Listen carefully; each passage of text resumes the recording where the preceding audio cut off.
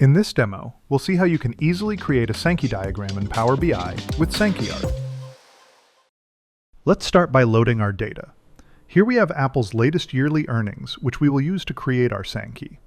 Sankeys illustrate flow of resources between source and target nodes, which is how this data is structured.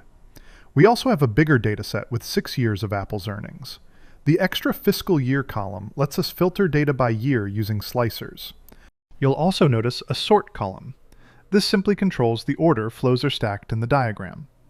Assign lower numbers to flows you want on top, higher numbers to the ones below. For a P&L, that means profit flows on top, expenses underneath. Now, let's add SankeyArt to Power BI. Click the 3 dots in the Visualizations pane and select Get More Visuals. Search for SankeyArt and hit Add. It'll appear in your pane instantly.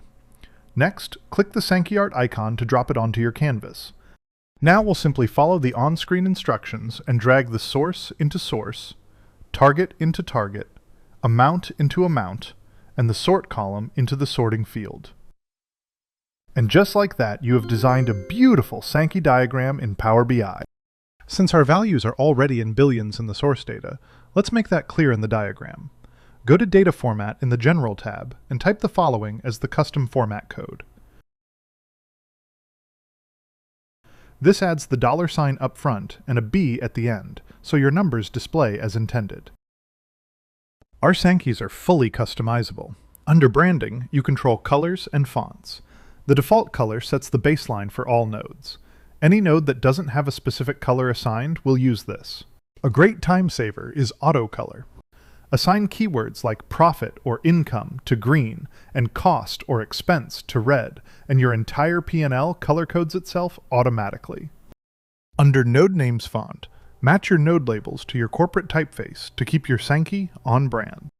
You can next head to Layout to fine-tune the diagram to match your desired aesthetic.